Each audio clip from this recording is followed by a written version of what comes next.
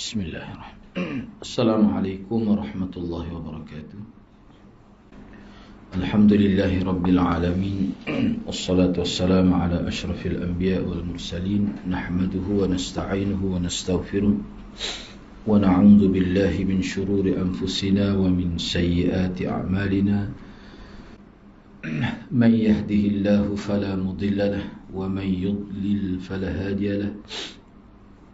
Rabbi shrah li sadri wa yassir li amri wahlul 'uqdatam min lisani yafqahu qawli. Amma ba'd. Alhamdulillah, syukur kepada Allah Subhanahu wa taala kerana dengan izin Allah dapat bersama pada pagi ini. Insya-Allah pada pagi ini kita akan sambung perbincangan kitab Tauhid dengan maksud untuk kemurnian akidah Tauhid. Sebab kitab yang kita gunakan sebagai teks ini, seperti yang kita semua maklum, dari segi metod yang digunakan, sebenarnya metod yang digunakan oleh Nabi untuk menerapkan Tauhid kepada para sahabat itu, yang mana kaedah yang digunakan cukup simple, tidak melalui istilah-istilah yang berat untuk difahami itu. Sebab tu kalau kita perhatikan metod dia, setiap tajuk mesti disertakan dengan dalil, sama ada Al-Quran ataupun hadis, dan berasas daripada dalil itulah maka dibuat perbincangan. Sebab tu saya sendiri pun setiap bab tu saya sebut. Contohnya kalau dalam bab yang ke-11 ini, kalau kitab saya ni muka surat 136 lah. Mungkin dia ada berbeza kitab awal dulu, beberapa nombor berbeza. Kalau kitab saya ni 136, muka surat 136, sama? Tak sama 147. Kalau dulu 147, bab yang ke-11, yang mana dalam bab ini dikemukakan dalil ayat Al-Quran 1 ayat dan dalil hadis 1 hadis untuk perbincangan ini. Jadi pada pagi ini sebenarnya kita akan bincang dalil pertama di bawah tajuk menyembelih binatang kerana Allah tidak boleh dilakukan di tempat yang dipergunakan untuk menyembelih binatang untuk selain Allah. Jadi tajuk ini sebenarnya, sebelum kita pergi pada perbincangan secara detail, perlu difahami bahawa perkara ini diberi penekanan oleh Nabi. Sebab sahabat Nabi ni dia hidup di dua zaman. Zaman jahiliah, ketika hidup mereka bergeluman dengan syirik itu. Kemudian bila mereka masuk Islam, maka berlaku perubahan lah. Jadi setiap apa yang hendak mereka lakukan, khususnya dari sudut sembelihan, Nabi sangat jaga. Mana Nabi tak pernah pergi sembelih binatang di tempat yang dulunya mereka sembelih binatang dengan maksud untuk dipersembahkan kepada berhala. Sebab apa? Sebab kukuk mana pun dia akan terlintas tu. Bila pergi itu dia terlintas sejarah lama dia, takut mengganggu niat dan fokus itu. Di sini Nabi nak mengajar kita bahawa fokus kepada Allah ni perlu kita jaga dalam ibadat kita. Jangan ada sedikit pun bunga-bunga syirik itu terganggu semasa kita melakukan ibadat. Maknanya persekitaran kita itu, termasuk pada tubuh badan kita dan persekitaran kita, tidak boleh ada sesuatu yang boleh memalingkan daripada akidah tauhid pada akidah syirik. Apa saja.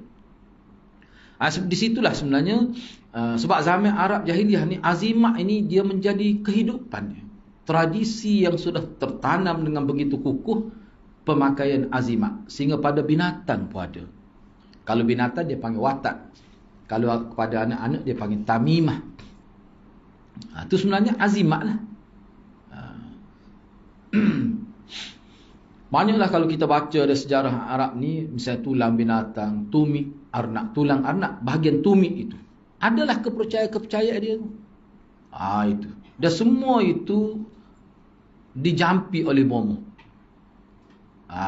Itu kehidupan masyarakat. Semua nak berniaga dalam kedai tu, semua dia ada azimat. Dengan saya tu ada khusus buku Syiah lah. Syiah ni kalau dalam bab azimat luar biasa peliknya. Bayangkan setiap hari tu orang yang nak guna azimat kalau dalam ajaran Syiah ni, hari Jumaat lain azimatnya. Maknanya dia kena ada 7. Hari Ahad lain azimat. Dia kena mana tak hari Jumaat tidak boleh digunakan untuk hari lain. Siapa begitu sekali? Kaya lah tu umurnya. Tu ya sebenarnya pendapat tu ya. Tapi kok mana pun berkait dengan akidah secara langsung, Islam tak benar. Sebab dia boleh mengganggu kebergantungan kita kepada Allah SWT. Apa saja. Sebab tu bila ada pihak yang tak apa anak dia pun tak ada hari ni. Dia ni ayah dia lah ni. Ya kita sebut secara umum lah. Dia pergi ke Mekah. Dia beli kain kelambu Kaabah 40,000. 40,000 tu kecil lah saiz ni. Tak sampai 1 meter. 40,000. Ayah dia ni kaya lah. Kecil lah 40,000 tu bagi dia tu. Kita yang rasa besar ni. Jadi dia ambil semua kepiuh anak dia. Dia tetah ni. Dia masuk kain kelambu Kaabah sikit. Jadi anak dia rasa pelik lah. Apa faedah gitu? Bapa tak buat kepiuh dengan kain tu lalu? Anak dia tanya saya. 2 kali dia tanya. Kenapa ayah dia buat? Dan boleh ke buat begitu? Saya kata kenapa ayah buat tu kena tanya ayah lah. Saya tak nak ayah.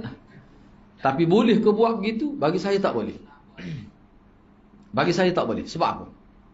Pertama sekali Nabi pun tak buat begitu. Atau mula-mula sekali.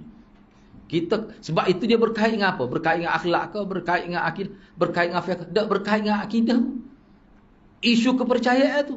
Apa kepercayaan dia sehingga dia masuk ke kain kelambu Kaabah dalam kepiah? Saya tak kata syirik, jangan silap faham lah. Cuma orang kita ni dia mudah buat begitu. Ada tu kepercayaan dia tu. Jadi rupanya kepercayaan dia ni apa? Bila selepas tu ayah dia kata nak ambil berkat.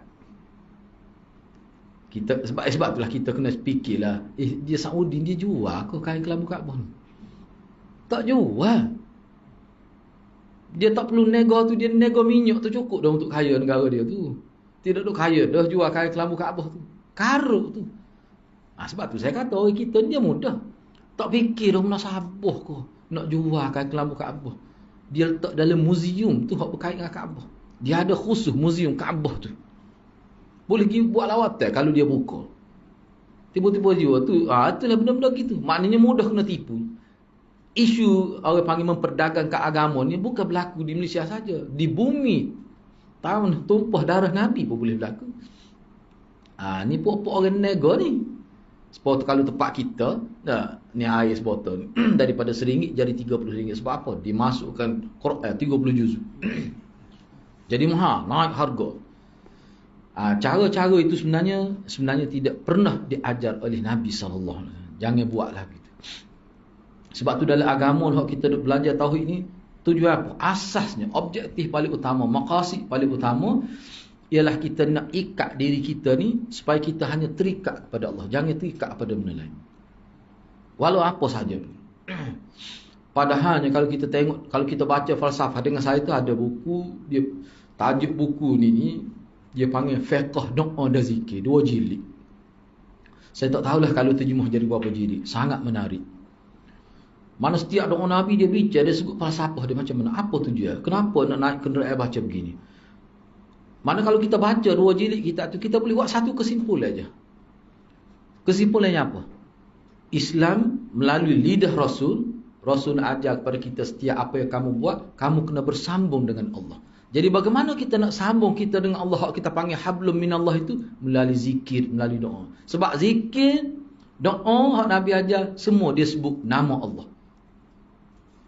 Itu maknanya tauhid, itulah makna tauhidnya. Apa-apa Allah. Apa saja Allah, itu makna tauhid. Jadi hak kita belajar ni teori, sejauh mana kita praktikkan dalam kehidupan kita, tu kita kena muhasabah lah. Cuma kena faham terlebih dahulu. Kalau tak faham bahayalah.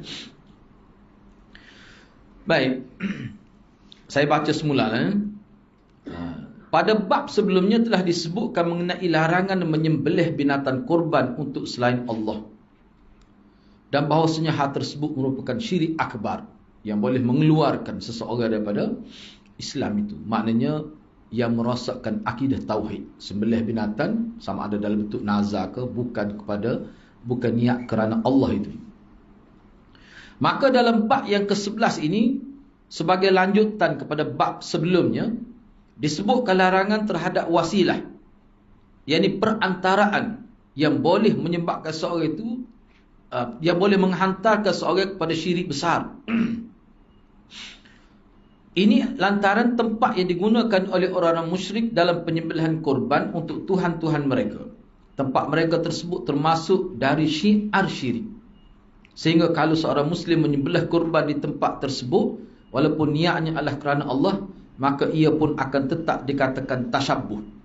Ulama tak kata syirik, tasyabbuh. Yang ini menyerupai orang-orang musyrik yang melakukan kesyirikan tadi. Saya pun tak pergi, rasa nak pergi juga. Adalah orang yang kenal tempat tu di Besuk. Dia ada tempat dulu orang lepas nazar tu sembelih binatang, bukan kerana kubur. Kubur apa dia panggil? Pokku apa? Adalah tempat tu. Memang terkenal. Dia ada buat khusus di kawasan perkuburan tu, tempat sembelih binatang, bernazar untuk wali dalam kubur tu. Mana dalam sejarah orang Melayu ni ada berlaku gitu. Saya pun tak pergi lagi, rasa juga nak pergi tengok. Sebab kalau tempat Tok Selehon ni kita pergi dah tengok.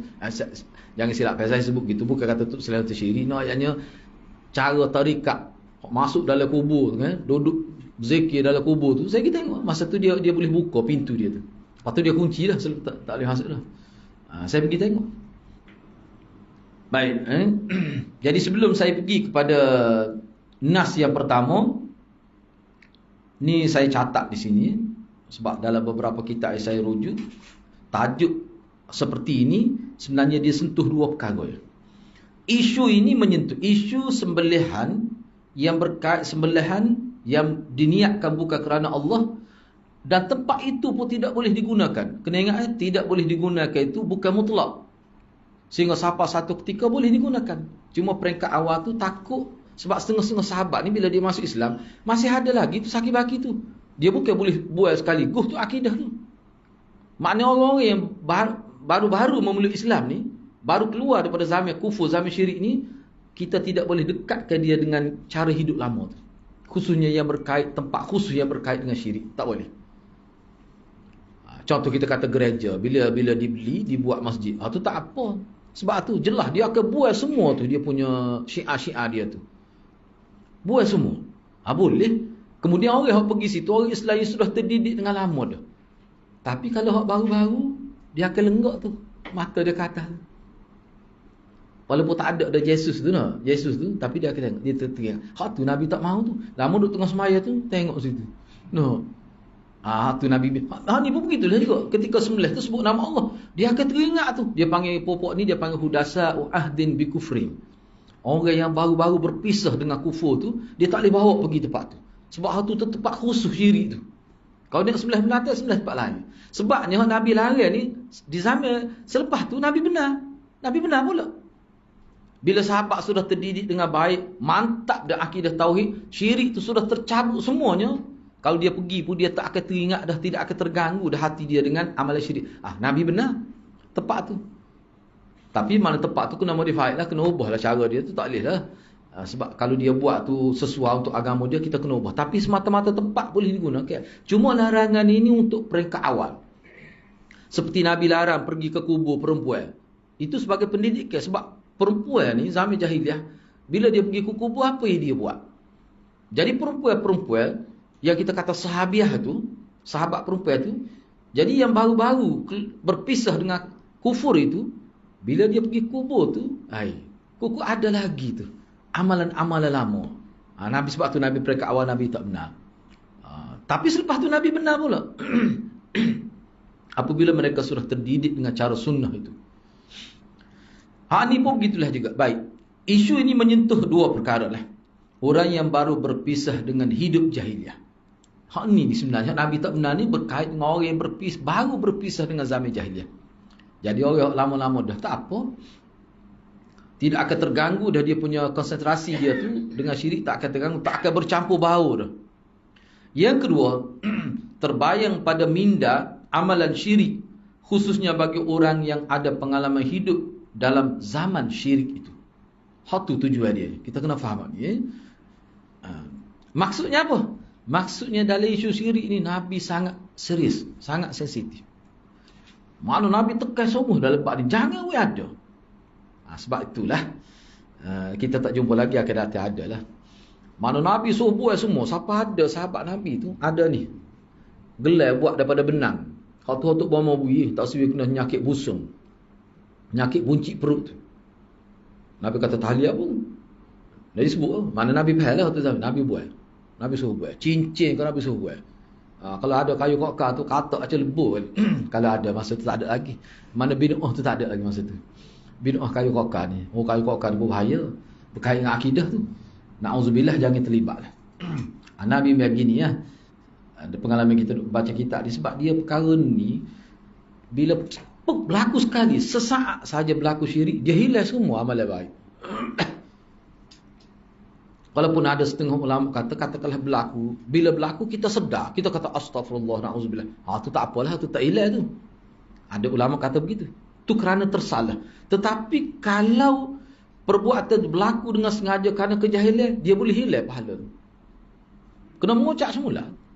Itu hukum umum. Kalau kita tidak buat perinci apa, hukum umum. Boleh berlaku begitu. Na'udzubillah min dzalik. Baik. Cuba tengok nas yang pertama. Surah At-Taubah ayat 107 hingga ayat 108. Walladzina ittakhadhu masjidan diraran wa kufran wa tafriqan bainal mu'minin wa irsadan liman haraba Allah wa rasulahu min qabl. ولا يحلفن إن أردنا إلا الحسنى والله يشهد إنهم لكاذبون لا تقم فيه أبدا لمسجد أسس على التقوى من أول يوم أحق أن تقوم فيه رجال يحبون أن يتطهروا والله يحب المتطهرين. Dan di antara orang-orang munafik itu ada yang mendirikan masjid untuk menimbulkan bencana pada orang-orang yang beriman, untuk kekafiran, dan untuk memecah belah di antara orang-orang yang beriman, serta menunggu kedatangan orang-orang yang telah memerangi Allah dan Rasulnya sejak daripada dahulu lagi. Mereka dengan pasti bersumpah, kami hanya berkehendak kebaikan, dan Allah menjadi saksi bahawa mereka itu pendusta dalam sumpahnya. Janganlah engkau melaksanakan salat dalam masjid itu selama-lamanya. Sesungguhnya masjid yang didirikan di atas dasar takwa sejak hari pertama lagi adalah lebih pantas untuk engkau melaksanakan salat di dalamnya. Di dalamnya ada orang-orang yang ingin membersihkan diri. Allah menyukai orang-orang yang bersih, yang selalu membersihkan dirinya. Baik, sekali kita tengok ayat ini tidak berkait dengan tajuk tu. Kok mana pula berkait dengan tajuk ni? Bab sembelihan. Tidak boleh menyembelih binatang di tempat yang dulunya pernah disembelih binatang bukan kerana Allah. Bila baca ayat ni, nampak tidak ada kaitan. Sebab itulah dia buat di bawah tu tajuk. Kaitan antara ayat dengan bab yang dibuat. Bab yang ke-11 ini. Apa kaitan dia? Cuba tengok di situ. Kaitan antara ayat dengan babnya adalah bahawa tempat yang dipersiapkan atau yang digunakan untuk menyembelih korban bagi selain Allah, maka tidaklah boleh bagi seorang Muslim menyembelih korban di tempat itu, walaupun niatnya kerana Allah Subhanahu Wa Taala. Sebagaimana masjid, ini sudut persamaan dia, kaitan tu, analogi dia tu, dari segi kias lah. Sebagaimana masjid yang disebutkan dalam ayat ini, tak kala masjid tersebut dibina dengan maksud untuk melakukan maksiat kepada Allah, maka dengan sebab itulah masjid tersebut menjadi tempat yang dimurkai oleh Allah, sehingga tidak boleh salat di sana walaupun niatnya kerana Allah. Enggak, kita tak akan kata orang munafik buat ni niat kerana, kalau niat kerana Allah, kalau ada maksud lain di sebalik itu, niat kerana Allah tetapi nak suruh orang nampak muka tanah ni tanah ayah kita. Lagi masjid mana? Lagi masjid itulah ayah kau tubuh nama. Kadang setengah orang tu nak gitu. Sebab tu kalau kita suruh jual tanah dia pergi bina bangunan tahfiz apa, dia tak mahu. Sebab orang tak apuk tanah air dia. Sepatutnya kalau kita lah. Ni beberapa tempat lah. Sebelum PKP pun ada. Ni saya nak sebut ni caranya. Kita tak perlu dah buka pusat tahfiz baru. Yang ada ni pun cukup dah. Satu tempat 10 orang aja belajar. Tak perlu menyebabkan pihak pengurus sekolah tu pasal minta derma sepanjang hayat. Tak perlu gitu. Cukup yang ada ni bangunkan itu. Kita boleh pahala sama. Silat-silat boleh lebih besar lagi pahala. Jadi kalau kita ada tanah, kalau kita nak wakaf, sebab ada satu tempat ni di Pasir Putih. Dia disebut begitulah pada saya kata betul ke nak bagi. Nak bagi ni siapa tukar nama? Kita sanggup tukar nama. Tak apa, bila tukar nama saya akan jual tanah ni. Dia pun senyap lah. Untuk apa jual ustaz? Saya nak pergi bina bangunan di tempat pusat tahfiz yang telah ada. Kita syukur Darul Qawthar lah. Sebab apa? Kita bina di situ terus akan diimarahkan. Kalau bangunan dibina, banyak mana dah tempat. Bila dibina, tutup begitu saja. Boleh pahala ke? Dibina bangunan, tiba-tiba tidak diimarahkan. Terbengkalai begitu. Pada siap dah. Bapa tu tak ada orang nak urus. Dia ingat nak urus sekolah ni mudah. Kos nak cari makna. Kadang tak cukup dengan yuran. Seorang profesor sebut pada saya, dia kata mengikut kajian saya, satu pusat tahfiz tu kalau dia nak urus dengan betul, beri pendapat elang pada guru dia secukupnya sehingga guru dia tak perlu bekerja, dia kena 1,200 bulan yuran atas seorang pelajar. Baru dia boleh urus dengan baik dengan makanannya, standard asrama. Enggak, kita 300. Lepas tu nak kelas hotel 5 bintang. Pakai logam kan begitu. Saya kata pergi bina bangunan situ. Boleh pahala. Kita hanya buat bangunan, orang lain urus. Kita nak pahala. Besar tu boleh pahala. Enggak bui tanah, suruh orang buat bangunan ni, dia tidak 500,000 bangunan ni. Jadi kalau kita betul-betul nak pahala, kita buat. Walau dah ke hak tu lebih selamat, dia tidak ada riak suka, muka tak nampak. Itu cara dia. Kalau boleh buat begitu, sangat bagus. Saya sebut Darul Qawthar tu bukan kerana dia tu sekolah kita, tapi kerana saya tengok dia lengkap, guru pun ramai, 14 orang guru. Nah, dari segi pengajian pun silibus tu tinggi tu. Kalau kita tengok daripada tahun pertama sampai Dauratul Hadis tu, maknanya kita tak perlu fikir semua dah benda tu. Mana kita nak sebuah pusat tahfiz tu dengan dana, dengan duit kita wakaf. Sebab wakaf tak semesti tanah. Kita akan dapat pahala lebih besar lagi. Kalau kita buat di tempat kita, tiba-tiba siap bangunan, gagal pengurusan, tutup sekolah, seperti mana banyak berlaku. Banyak tempat berlaku. Tidak jariah kita nak. Ni jariah. Jariah ni kalau gerak, kalau berjaya, diimarahkan, ni mati begitu saja. Walaupun masjid yang kita wakaf, tapi tak digunakan. Semaya maghrib 5 orang. Tu sekali dengan saya dah. Naik lift masuknya. 2 tingkat je ada lift. Kita pun naik lift hari tu. Lepas tu dia tulis itu untuk OKU. Dah OKU tak ada. Hak segar pun tak pergi sok OKU. Sejuk getah. Saya pun mikir macam mana masjid ni, rugi ni. Takut jadi gitu ya. Bangunan besar pelajar 10 orang. Sebab apa tu? Profesor tersebut, Mansur nama, Prof Mansur. Dia kata, nak bayar gaji 3,000 sebulan pada guru, kalau guru 4 orang berapa kos? Dia kira. Saya kira semua dah. Kena 1,200. Memang betul sungguh. Memang betul sungguh dia sebut tu. Jadi kalau kita ada dana, ada apa, wagi tepat ada dah. Mana kalau harta kita wagi tu, orang lain urus sehingga berjaya, kita dapat pahala berterusan ni. Benda tak jalan. Itu cara dia. Kena ingat tu Baik. Seterusnya. Jadi kias ini dalam ayat surah At-Taubah ni, ayat 107 hingga ayat 108, Nabi Allah bukan Nabi, Allah tak benar. Sebabnya begini, di sini pun dia ada buat huraian. Nabi tidak tahu hasrat orang munafik itu, ada hasrat yang tak betul, niat jahat di sebalik itu Nabi tak tahu. Allah turun ayat ni sebagai memberi isyarat pada Nabi jangan. Dengan turun ayat ni, kesan besar pada orang munafik ni. Dia kata Muhammad boleh tahu niat kita. Dan masyarakat Islam boleh tahu ni puak-puak hak bina masjid ni ada niat tak betul. Sebab kita kena percaya pada Quran. Bila Quran kata gini, mana puak tu tak betul. Sebab tu ramai juga, sebab tu orang munafik ramai juga masuk Islam. Macam mana Muhammad tahu? Tuhan dia ayat. Turun ayat pula bahasanya sangat cantik. Kesan besar tu sebab ayat Quran dibaca pada orang kafir. Nabi setiap kali tu ayat Quran, Nabi tugas ke sahabat pergi baca pada orang tidak Islam. Mana orang tidak Islam? Kadang-kadang orang tidak Islam kalau sehari dia tak dengar Quran, dia akan tanya, tak ada ayat baru ke hari ni? Dia tanya. Tu. Jadi dari segi kiasnya, ni maknanya masjid ni tempat lah. Sembelih kerana Allah tidak boleh dilakukan pada tempat.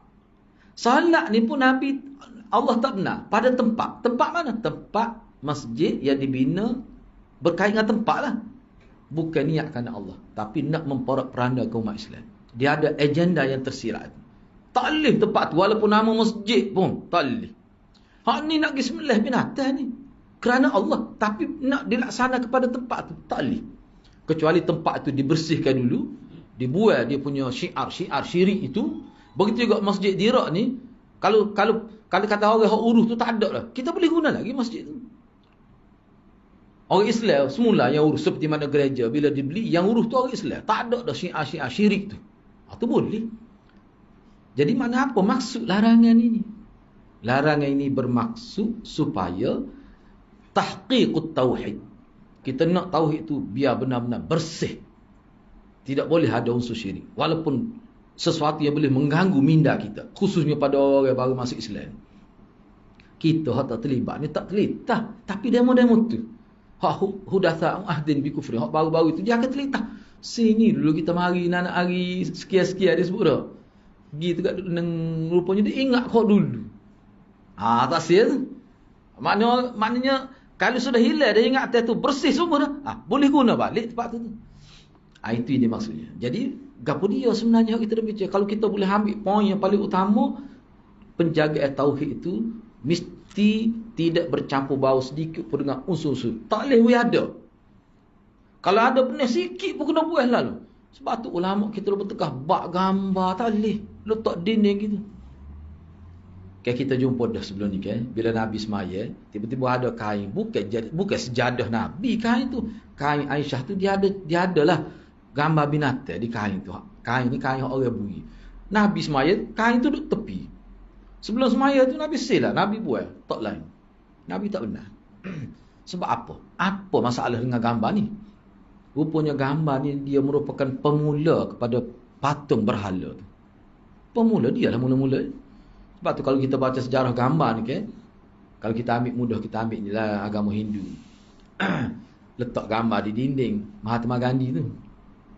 Lama kelamaan kamu ke dia letak apa ni, bunga lama kelamaan, buat gambar timbul gambar juga tapi timbul.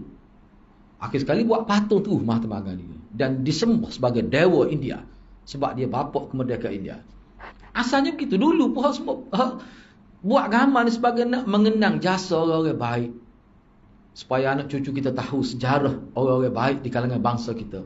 Mari generasi kemudian dia rasa kau bangga lagi. Memang gitu pun hubungan bangsa dengan tokoh ni. Orang yang lama tu dia banyak tok perai lah, dia banyak tok perai hak bui. Hak bui dia punya cerita-cerita karut tu. Kita duduk di kapur tok kenali tak ada pun cerita pelik-pelik kita kenali gijah baru jumpa. Banyaklah ceritanya, malah nak cerita tidak jadi. Kalau cerita ni sedap habis 2 jam, tak apa cerita ni. Dia kalau panggil pulara ni dia berhimna lah tu. Macam-macam. Jadi karut banyak. Lagu tu. Baik. Jadi maknanya kita kena faham hadis ayat ni sebenarnya dia berkait di segi analogi, di segi kiasannya. Nak ayatnya tempat kalau maksud tu tak molek, kita tak boleh guna untuk buat ibadat. Sebab tu Nabi tak bui.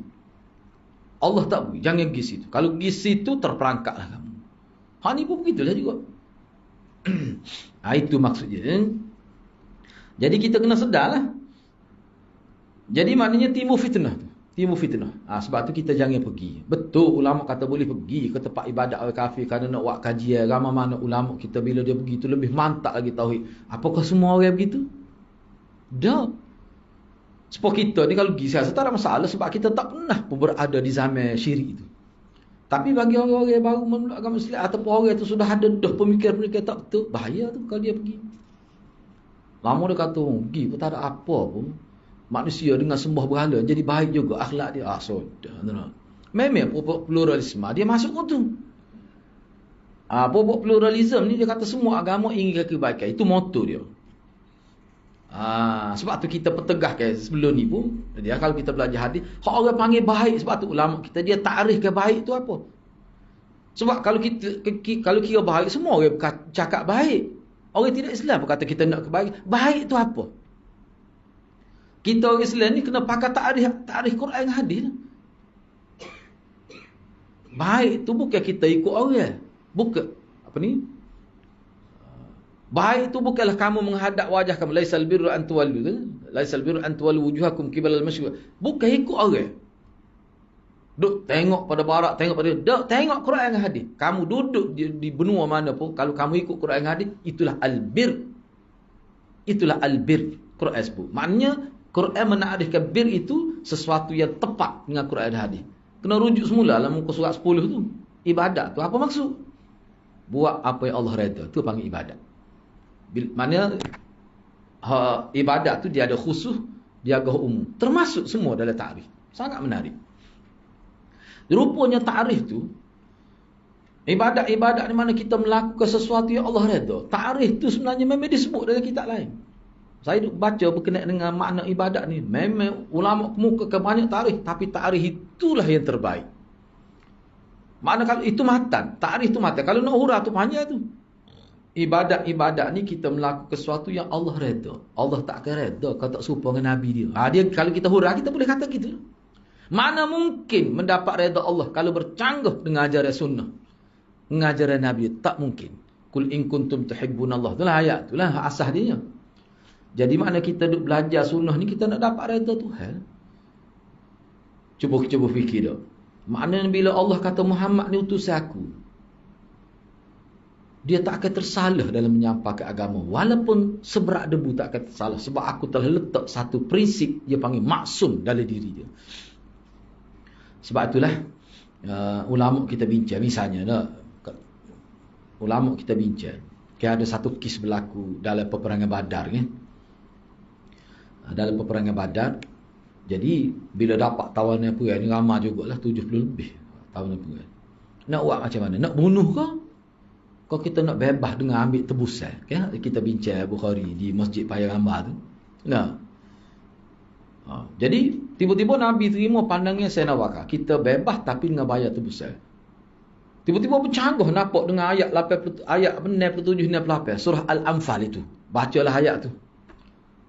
Tak patut orang Islam ni. Kerana nak dunia ambil tebusan, tak bunuh orang kafir, tak patut. Rekahnya itulah maksud ayat tu. Jadi nampak bercanggah tu. Sebab saya dengar pokok liberal di Indonesia ni dalam satu diskusi dalam internet tu, memang dia sebut tu. Berlaku percanggahan idad, berlaku percanggahan dalam Quran sendiri dengan ayat 70 surah Anfal. Bercanggah. Mana Nabi ni sehingga ada kata bila Nabi berijtihad, kalau ijtihad Nabi bercanggah dengan Quran, tidak terbatas ijtihad Nabi. Contohnya tu. Mana ada salah tu. Tapi dia guna tu. Bahaya tu kalau orang kampung terima. Nabi berijtihad. Tiba-tiba ijtihad Nabi bercanggah dengan Quran. Ijtihad Nabi tak terbatas. Oh kalau terima tu, bahaya tu. Dia dah lihat tu. Sebab tu Maulana Nabi panjang tu bab tu. Kita baca nota dia pening betul kali nak faham mana ni maksud dia ni. Nah, main-main. Kita mungkin tak kena penyakit, tak nampak lah. Tapi bagi orang kena penyakit dia nampak. Ni kita boleh kata Quran kurang. Seolah cuba bayangkan kenapa molek tu sekali fikir tak ada apa tu. Ijtihad Nabi. Dia buat semacam kaedah. Ijtihad Nabi kalau bercanggah dengan Quran, ijtihad Nabi tidak terbatal. Apa kesan dia kalau orang terima pandangan tu? Dia mari pula contoh tu. Oh berat tu. Bila saya sebut gitu tak faham lah. Padahal ngaji dah sini tu. Tak ingat ustaz lama. Nah tak apalah. Kukuk mana pun kena faham. Kena ingat benar ni tu pokok liberal tu halus cara dia. Kadang-kadang kita tak nampak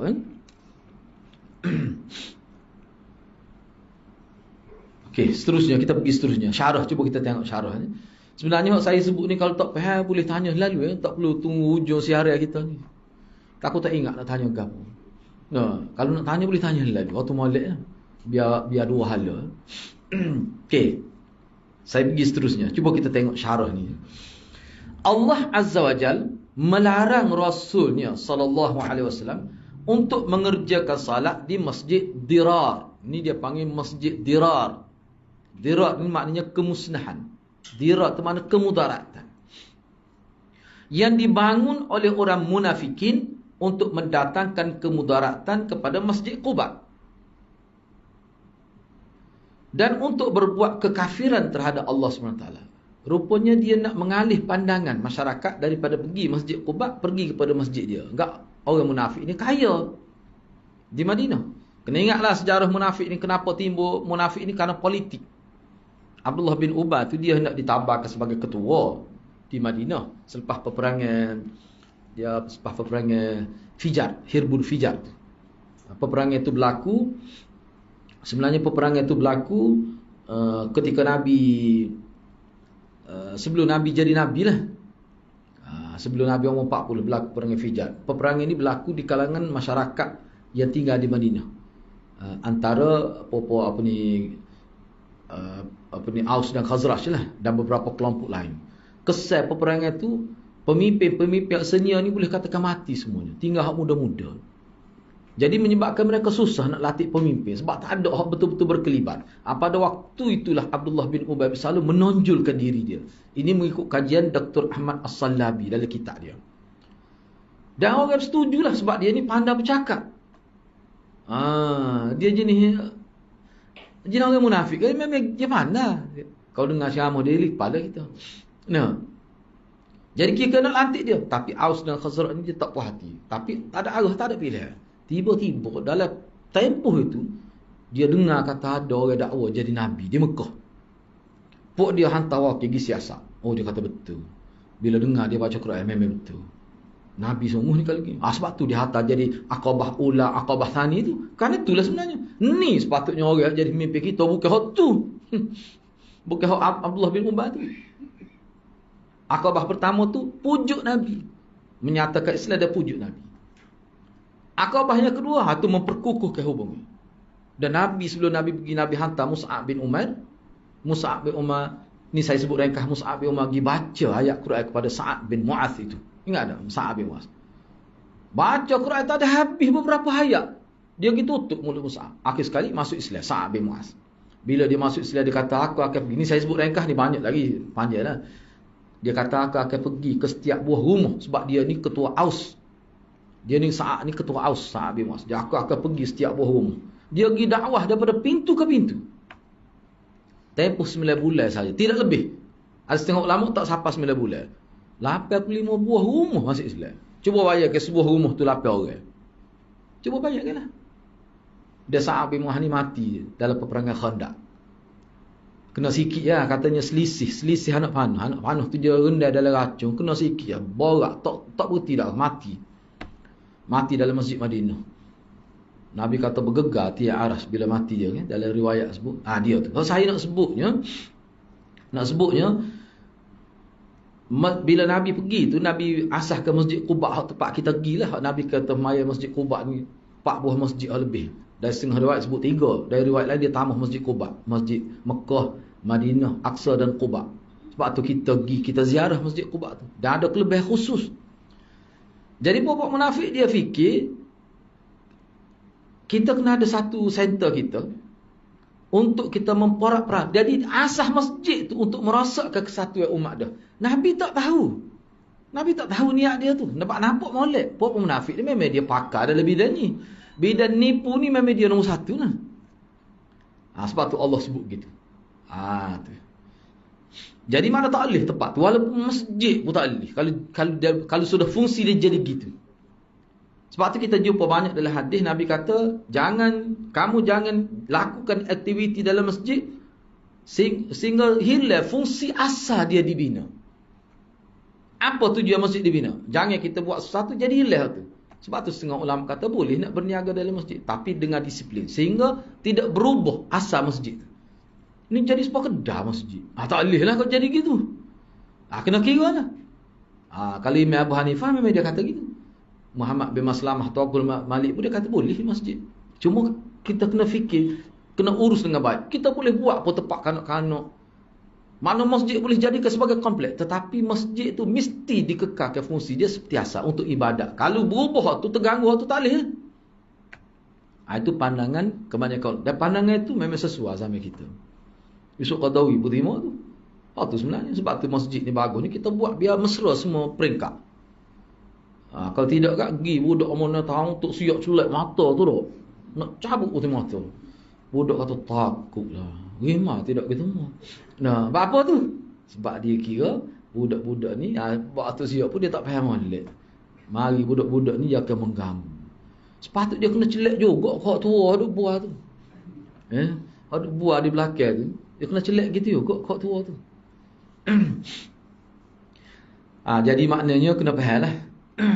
Kena faham ni. Cuba kita tengok lagi. Mereka yang orang munafik itu minta kepada Rasulullah agar mendirikan salat di Masjid Dirar itu agar mereka dapat menjadikan perbuatan Nabi sebagai alasan pembenaran mereka demi menutup kebatilan. Jadi dia kalau Nabi pergi, kalau kita kecek bahasa kita, dia akan ambil gambar. Ambil video, dia pun viral. Tengok Muhammad mari pak kita. Muhammad pupuk kita. Sudah. Buat press conference pula.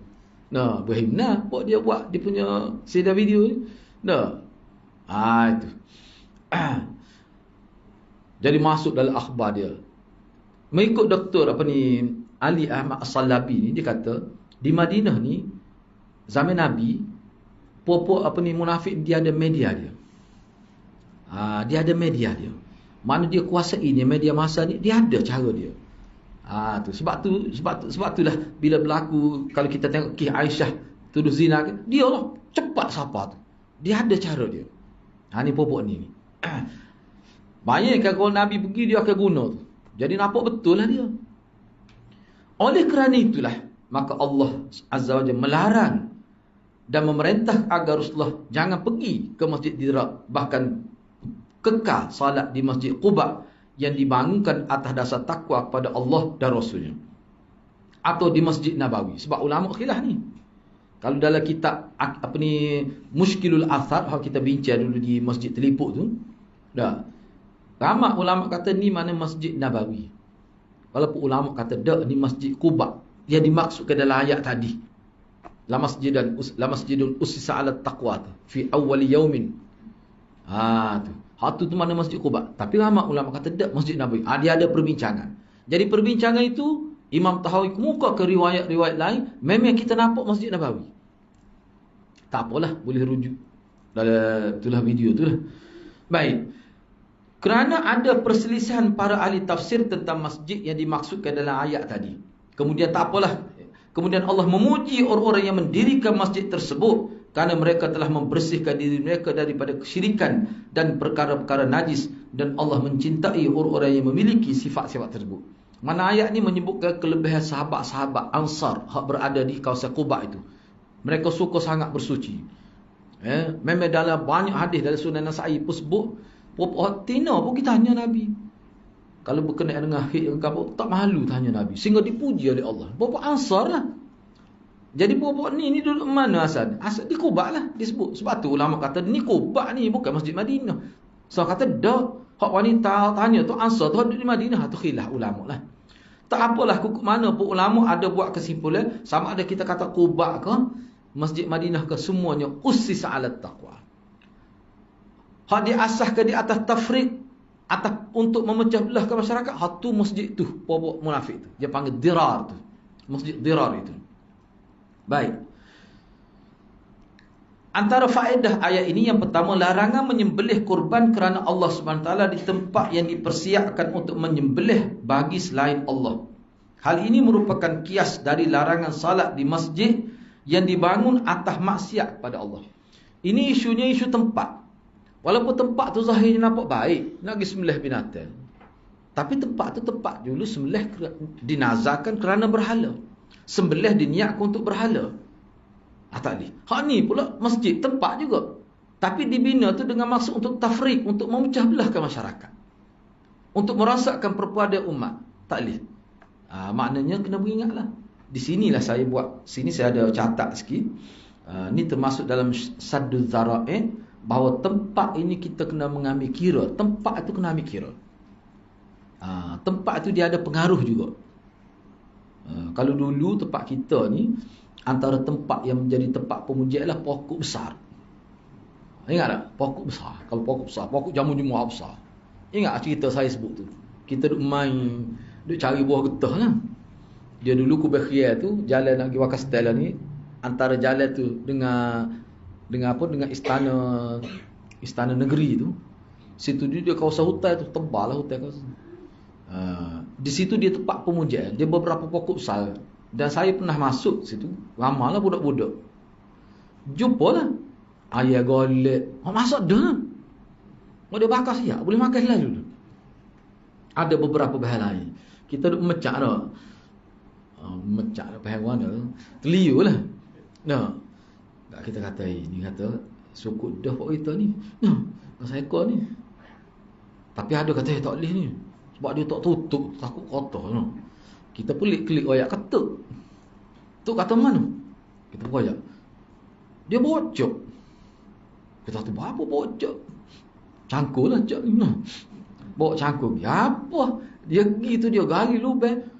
Dia ambil sekali dengan sakok-sakok tu masuk dalam lubang dia kambuh. Oh, kita kata nyawak gitu. Kita sebut tu nak makan. Dia kata lain kali kalau popokmu jumpa ayat gini kau ayat aku. Tuk saya kata kau budak-budak lah. Dia pun ayat lah tak boleh ni. Ni makan syaitan ni. Hot tu ya kita boleh faham. No, syaitan tak boleh kalau gitu. No, ayatnya pemujaan ni memang berlaku. Bukan kata cerita yang jauh daripada kita. Tidak. Masyarakat kita memang berlaku. Dia ada lagi beberapa buah. Ada beberapa butir buah. Lepas tu ada rokok. Saya ingat lagi tu. Pokok besar lah. Dia pokok tu dia macam dia ada lubang tengah. Dia letak gitu. Tu pemujaan tu. Kita tak faham apa pun bila tok saya sebut gitu. Tapi lepas tu kita rupanya muja. Dia merah.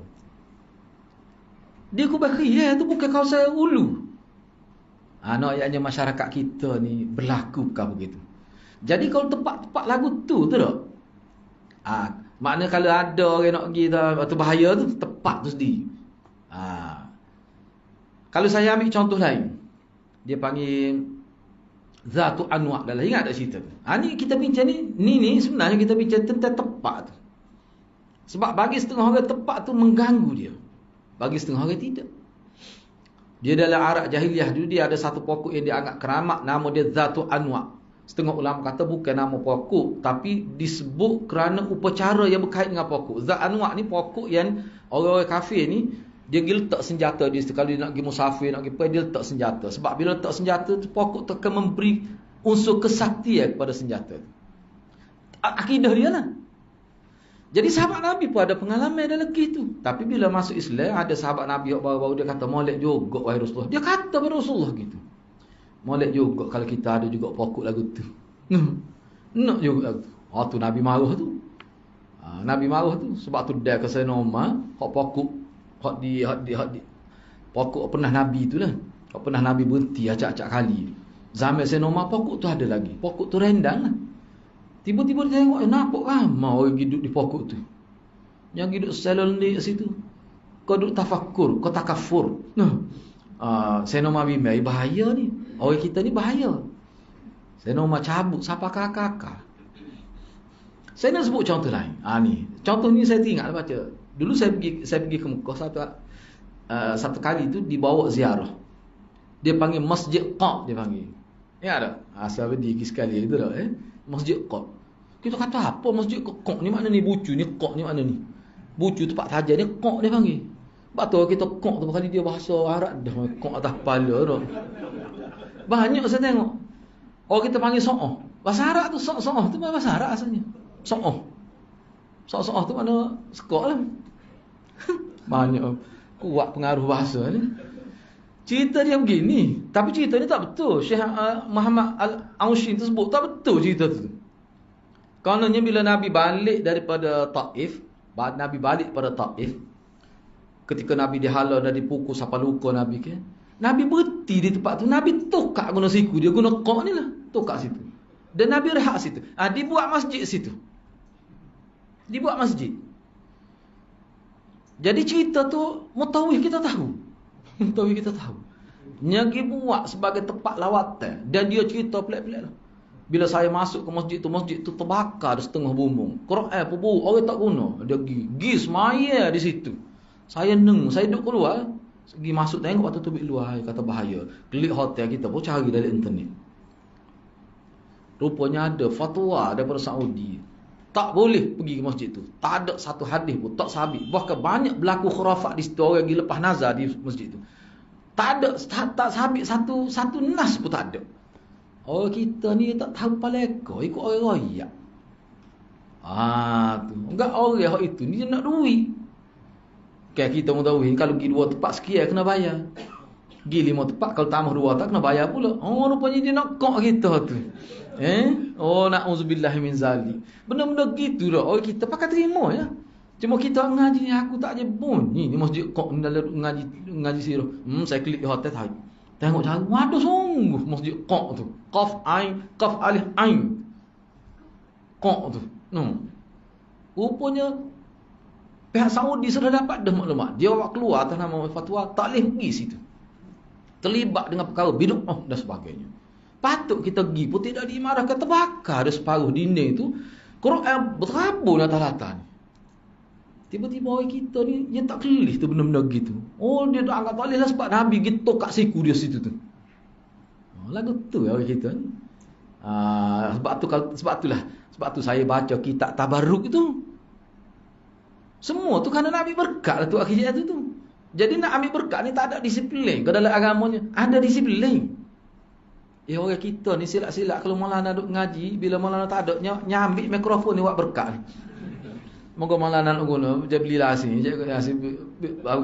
apa nak ambil berkat tu mesti kena air liur dia sikit tunggu dia kecek ke dekat ni. Bukan boleh kira orang kita ni. Nak ambil berkat ni dia ada disiplin dia. Dalam kitab tu bincang Syekh Profesor Nasir Judai'i tu.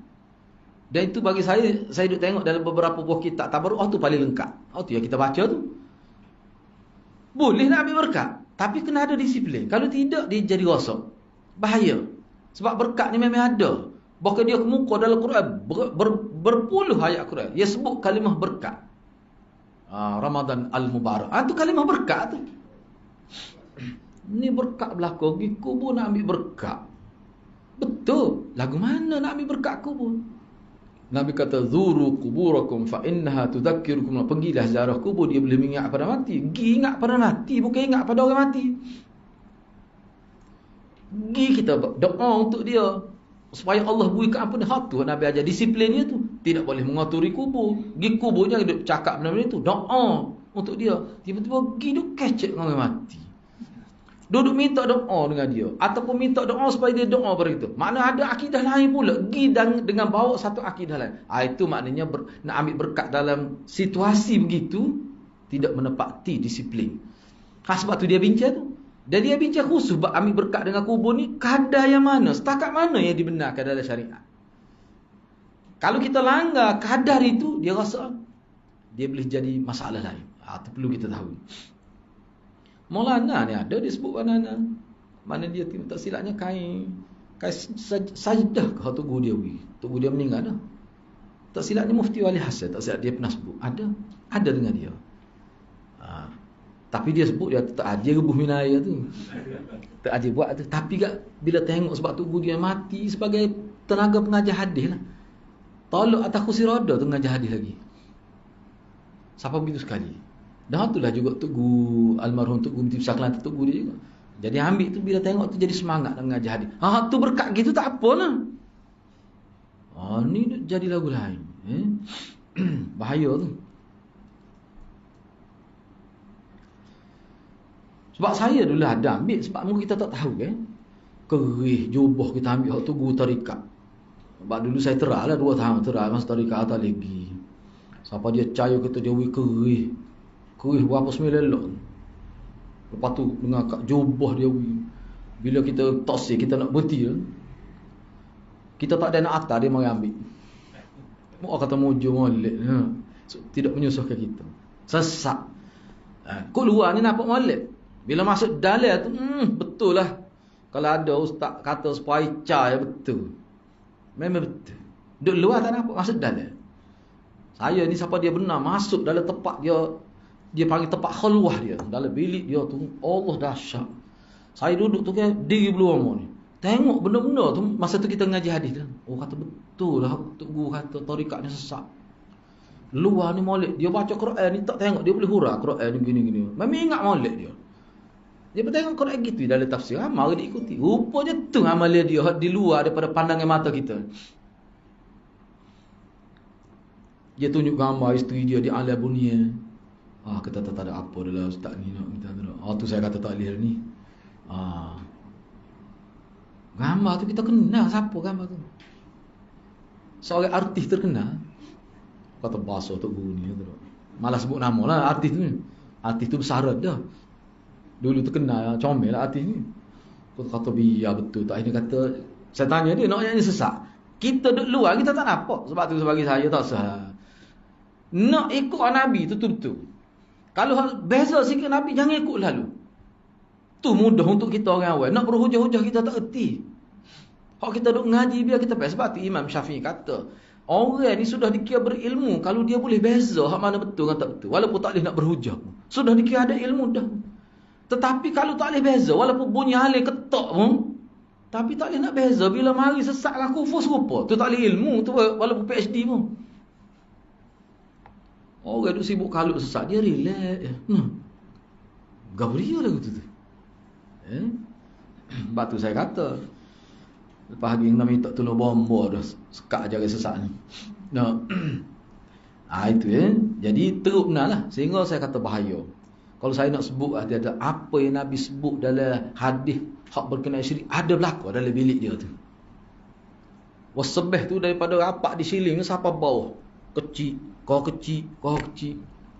Gambar tu ni, batu tujuh jenis batu, semua ada azimat bertepek dini tu. Allah kata bapa jadi kelima. Kalau mati lagu mana tak tahulah dia tu. Pakai jubah pakai serban tu. Itu memang sebab tu bagi saya kena hak tu sebutir banyak nengu kita klik neng bertobat gagal gitu no. Itulah. Jadi mujur juga kita ngaji hadis. Kalau tidak dia ajak pergi Mekah dengan dia, tak naik motor beg, kata Allah menegur. Dia ajak, tapi tak ada pergi. Dia ajak. Saya tanya dia, biar jangan royak kat orang ni. Saya tanya, gila ke mana tu? Dia kata kita terbeg, biar anak bawa. Terbeg apa? Terbeg gini tu. Bukan sport pemain gitu. Mana standard lah gini ni. Tak tidak dosa kau ni ke? Lelah kat lah gini. Kita kata saya neng. Enggak kita tahu tak boleh seorang gitu. Kata jalan Ustaz ni. Kita terang kata. Boleh lagi. Masa tu tengah perang di Soviet di Bosnia. Tahu bila tu agak tu? Masa tu guru kita kata, apa tak pergi Bosnia pergi perang. Tu bahaya. Tapi bahaya ke lah. Nabi mujur sebab tu anak ni tak. Mujur Tuhan jaga kita. Dalam ramai-ramai tu anak dua orang ni saja tarik dia. Hak lain ikut terus. Tu. Kita nasib baiklah. Tapi kita pun fikir rupanya sesat ni dia akan sampai situ. Tapi mula-mula setahun pertama tak nampak apa satu bagus puji kita. Apa Quran ni? Bukan kata tak apa Quran. Bukan hafal Quran saja. Dia ingat sesa tu makna kalimah tu. Sebab saya ni asalnya ikut kuliah tafsir dia. Patut kata dia ni ada ilmu lebih dalam daripada tu. Tak. Maulana ajar ni tak dalam mana lagi agak ni. Ging aja kena gitu. 7 bukit Sulu. Takut ketar. Dia letak kita je tinggal kita seorang dalam tu.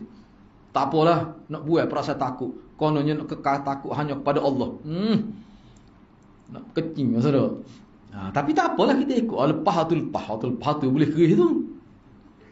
Apa hati-hati ni sebab tu bagi saya saya nak sebut gini orang-orang yang sesat ni mesti dia lalui pengalaman sesuai. Tapi oleh kerana mungkin dia tak mengaji, tidak di bawah bimbingan ni kita pergi dengan dia patut pagi mengaji dengan Maulana. Tu kita boleh buat berbeza. Gini. Enggak Maulana bila dia sebut mengaji tauhid dia sebut apa je. Dah main 3 je satu subjek. Kita kata, rupanya sesat. Tu cerita dia. Jadi saya tak pelik kalau ada siapa mereka ada dalam YouTube kata gini-gini. Saya tak pelik. Sebab hak dia terima tu banyak lagi dia tak sebut sebenarnya. Tak sebut ayat lah. Hak dia sebut kita naubah, banyak lagi tu dia tak sebut. Tapi bila pihak berkuasa agama dia akan buat tubik pula lepas lain lepas. Percayalah. Sebab kita tengok pengalaman kita dengan guru tadi pun dah. Dia tak sebut tu luar tu. Tapi dalam bilik dia, bila kita suluk, zikir sekali dengan dia sebut banyak perkara. Syirik, terai syirik. Saya tanya bini dia hak nyata di muka dunia ni. Saya kata bini dia hak duduk ala bunia tu berapa orang mak? Kita panggil mak. Dia kata ada 2-3 orang. 2-3 orang. Tak jelas juga. Perawi tak boleh pakai lah tu. Lepas tu lagu mana umur berapa? Muda-muda dia tu. Hak tu dia beri gambar tu. Malah sebutlah gambar, takut sebut muka artis tu hidup lah gila ni. Kita klik kita tahu dulu ni gambar artis ni kata berat lah tu guru ni. Dia kata orang punya, dia cerita lah dia cerita sesuatu tentang bini lah punya. Bini tua tu. Bini tua tu ala nyata lah. Lemah kita klik atas motor neng kata berat kata lagu ni. Enggak orang ikut dia. Kita cerita nak ayat sempurna. Jadi saya ceritalah kepada orang lain. Ramai berpuluh-puluh orang. Tak betul ni ustaz ni. Tu kata, mu ikut separuh jalan baru tu. Tengok tu. Tak cakap ayat kata. Jadi saya kata dia kata ikut dia lah. Kita lepas dari kita. Kita berlari. Berhenti. Berhenti. Nak ayat bui. Berhenti bila dia pergi ambil kes bergapo tu seminggu sakit. Tu sifat ajaran tak betul tu kalau tu. Jadi sakit kita pergi rumah ayah saya jumpa ayah saya kata dah ambil ilmu tak pakai barang begini kena 7 hari mandi dengan air kelapa ajaran molek kalau gitu tu dia pun ni mesti ada sebab tu saya tengok dalam internet tu dia sebut naubah ke apa tu kecil tu ada lagi yang besar dia kata ubi akan datang kalau dibiarkan dia gitu sikit hari tu biar berat-berat lagi percayalah. Boleh tengok sendiri. Apa dia tidak setakat tu ajaran salah ni. Dia tidak setakat tu.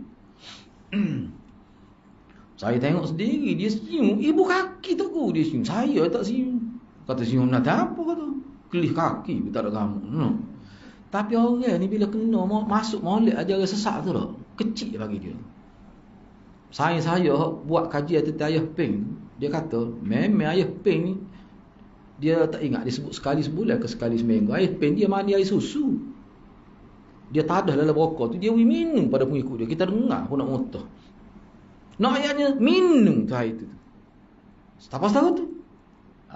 Tu Saya sebut tu supaya kita nampak bagaimana cara ajaran Nabi sebenarnya tak ada tu unsur memperbodohkan akal manusia dia. Tak ada.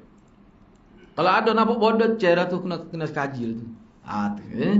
Sebab orang yang betul-betul ikut cara Nabi, apa-apa saja kita kembali pada Allah, dia tidak jadi sehina tu manusia. Kita menghinakan diri kita kepada Allah, kita akan jadi cemerlang di mata manusia. Tu ajaran tauhid. Ajaran tauhid. Yang kedua, cuba tengok, disyariatkan menutup jalan-jalan ataupun wasilah-wasilah yang boleh mengantar pada syirik. Apa saja yang kira-kiranya boleh bawa kepada syirik, mesti kita tutup. Kita tu siapa kita tu? Kita tu mana kita semua lah. Dan yang paling besar tanggungjawab ini adalah pihak pemerintah. Sebab dia ada kuasa. Kita nak tutup lagu mana? Ada sahabat kita kata, lagu mana ustaz kalau kita pergi pegai dia? Kita pergi pegai dia tengah kuliah. Kata pergi nak tahu. Pergi pegai lagu mana? Silap-silap masuk je entar. Ya. Nak tanya. Boleh. Tengok dalam YouTube tu nama Sehari Makrifah. Sehari Makrifah. Kata? Dia ni ajarannya serupa dengan Ahmad Asman. Okey. Ni soalan ni mungkin yang belakang tak dengar. Ajaran Syahari Makrifah tu ada video dia tu, boleh tengok sendiri lah. Dia kata dia ni tarikat Tok Kenali. Dia kata lah. Tapi saya duduk di kapur Tok Kenali ni, tak tahu tu ajaran Tok Kenali ni. Tak ada orang amal seperti dia. Banyaklah dia ceritanya. Memang sesak tu, cara sesak tu. Dan dia telah kata nak ditangkap tu. Wallahualam tangkap ke tidak. Tu tak betul tu. Memang salah. Dia kata dia ni bawa tarikat tu kenal dia. Panggil dia. Jaki. Jaki panggil. Sebab saya bunyi tu memang katanya dia dah dia ambil tindakan. Masalah sama ketika Mak Laksamana tu banyak persamaan lah. Sebab Mak Laksamana ni saya pernah tengok buku dia. Buku dia ni teruk lah. Dia sebenarnya hak ni kalau kita perhatikan memang batiniah sebenarnya. Batiniah sebenarnya. Mana sesuatu yang dia tengok ni dia tidak akan hurah secara zahir, secara batin semuanya. Saya tengok dalam buku Mak Laksamana tu, buku tu sebenarnya pengikut dia pergi photostat. Jadi kebetulan selepas dia letak buku tu dia tinggal. Saya pergi ke tempat tu, tak tahu. Saya pun tengok atas meja tu, ni buku nak tahu apa lagu ni. Kita kata tak. Dia hurah menara masjid tu zakat laki dia tulis komplit. Patuh kecil-kecil ni farah perempuan. Dia mana dia hurah tu bukan ikut zahir, batin semua ada huraian. Bagi dia agama ni adalah lambang. Simbol saja. Jadi dia akan faham sesuatu tu dengan makna batin lah. Sehingga Quran ni ada tafsir batin, ada tafsir zahir. Nabi ni tafsir secara zahir. Macam-macam lah. Jadi di tengah kita, saya sebut pada Haji Photostat, saya nak ni. Saya nak photostat saya so. Kalau tak apa nanti saya buat tuai dia dulu. Saya buat master so. Duduk tengah buat tak ada sudah dia mari. Tak boleh ambil buku tu. Dia mari tu dia klif saya. Dia kata tak jadi photostat dia tu. Tak tahu takut dia kena kita. Tak jadi photostat. Dia ambil orang kata rugi molek kata hari ni. Tak utang hari ni kata tidak boleh buku. Tebal badan ni. Rupanya selepas tu baru saya itulah buku kitab suci dia. Lemuk penuh dengan lambai. Tapi tak dia baca semua lah. Sempat baca masjid kan. Masjid tu penuh ni. Lambai tu. Kalau kita perhatikan sedikit saya baca, nampak set saja dalam agama. Oh kata dahsyat tu Mak Laksamana. Wallahualam saat itu saya tak tahu. Tapi saya dengar dalam video dia itu tu memang sesat lah. Macam-macam lah dia sebut pelik-pelik. Tapi dia sandar kepada Tok Kenali. Saya sedap tu. Sebab kita duduk Tok Kenali tak ada bunyi gitu. Itu memang sesat. Talih lagi tu. Dia begini ya. Dia dua perkara kena faham. Bila kita belajar ni, sama ada hadis-hadirat boleh ingat ke tidak dalil. Hak kita dengar tu ingat ataupun tidak dalil. Boleh berhujah ataupun tidak. Itu nombor dua bagi saya. Yang pertamanya kita boleh faham dan kita boleh membezakan bila kita berhadapan dengan situasi itu. Ni tak betul. Imam Syafi'i kata, mana orang tu boleh ilmu dah. Cuma Imam Syafi'i bawa contoh ni dalam bab tajwid. Dalam kitab tu. Kita nak tahu macam mana orang itu sudah boleh ilmu tajwid. Pertama sekali dia baca betul. Bila dia baca betul, dan dalam masa sama bila orang lain baca tak betul, dia kata tak betul tu. Tidak gitu. Tapi dia tak boleh nak ayat apa tak betul. Imam Syafi'i kata orang ni boleh ilmu dah tu. Basic tu dia boleh tu. Alhamdulillah ustaz tu. Tu. Gitu ya kita ni. Rasa bapak kita ni kalau tengok tak betul ni, mesti kita kata gitu. Dengan ngaji lama ketemu kata Maulana nak habis no. Kalau tak boleh nak kata lagi tak betul. No. Ngaji Bukhari benar. Tu memang masalah besar tu. Tu kena mandi Aisyah lah. No. Kalau sahabat tak tu. No. Tapi kalau nak mandi Aisyah ni mudah ya. Dia ada cara dia. Saya boleh tolong. No. Berat ada tak ngaji hadis duk tanya lagi boleh ke tak ni? Bolehlah tanya je. Boleh lagi ke tidak tu mandi safar tu duk ngaji hadis lama tu mau tanya lagi. Benda basic tu. Baik, cuba kita tengok lagi kan. Jadi yang nombor dua tu, ditutup jalan tu ni sadduz zara'i, nak sekat mara bahaya. Jadi maknanya kita dan juga pemimpin dia kena seiring, berganding bahu lah. Boleh buat pada syirik ke tidak? Dia wajib kena tu. Sebab tu kita duk bincang ni. Hak ni misalnya contoh, saya ambil contoh dah. Sadduz zara'i. Dalam bab kita kata contoh. Kita kata tawassul, bab tawassul. Tawassul ni sebenarnya di bawah tabarruk. Kita nak bertawassul dengan orang mati. Bertawassul dengan kita kata kita masukkan nama tu guru kita dalam doa. Tu dia panggil bertawassul. Doa bertawassul dengan nama guru. Dia ada sebut ila hadrati. Hak ni sebiji Syiah. Syiah ni hadis-hadis bukan sekadar dalam doa dia letak nama imam 12 dia. Dalam azan dia letak juga. Kalau cuba dengar dalam internet, asyhadu anna aliyan waliyullah, saya bersaksi Sayyidina Ali itu wali Allah. Kita tak tahu apa. Kita kata memang dia wali pun. Kita tak tahu. Cuba baca dalam kitab ada wali tu dia tak serupa dengan kita dalam ta'arif Syiah. Wali tu. Wali tu kira pengganti Nabi lah. Seperti mana Nabi dilantik oleh Allah, wali juga dilantik oleh Allah. Cuma bila siapa satu tahap dia akan naik jadi imam. Dia ada tahap dia. Tu kita kena faham tu. Baik, yang ketiga dianjurkan salat berjemaah dengan orang-orang soleh yang bersih dari memakai pakaian kotor, najis dan sebagainya. Sebab apa? Sebab golongan-golongan sahabat yang beriktikaf di Masjid Quba, yang memakmurkan Masjid Quba seperti mana digambarkan dalam ayat surah At-Taubah 107 ni. Cuba tengok ayat semula 108. Fihi rijalun. Fihi itu kembali ke mana? Harah ja tu dengan majrur dia. Harah ja majrur. Fihi padanya, dalamnya, dalam masjid itulah. Masjid yang diasah ke atas takwa tu. Terdapat rijalun, orang-orang. Rijal di sini ni sebenarnya kalau ikut ulama bukan makna laki-laki ni, orang. Boleh jadi perempuan pun ada. Mereka suka membersihkan diri, suka bersih. Sentiasa bertaharah. Bersih di sini maksudnya dalam keadaan berwudu. Bersih daripada najis dan dalam keadaan lebih banyak gitu. Batal wudu tu ambil wudu lalu. Dalam syarah Al-Adab Mufrad ada disebut, ada seorang ulama tu tua dah dianya, dia cuma tak sebut nama ke dia ulama tu. No ayatnya dia nak terapkan kepada anak murid dia supaya sentiasa bertaharah ni. Musim sejuk di tempat musim setahun dia tak serupa kita. Dia mengajar waktu malam. Anak murid dia ramal. Gak kebetulan malam tu dia tu jenis buah napu. Sampai 23 kali dia ketung dan 23 kalilah dia ambil wudu. Dia kata, apa saya buat gini, saya nak ajar anak-anak murid. Janganlah baca hadis dalam keadaan tak ada wudu. Walaupun tak apa, tak dosa. Tidak sepokok hadis ni. Tapi kok mana pun, tradisi ulama. Tradisi ulama. Dia sanggup buat gitu. 23 kali.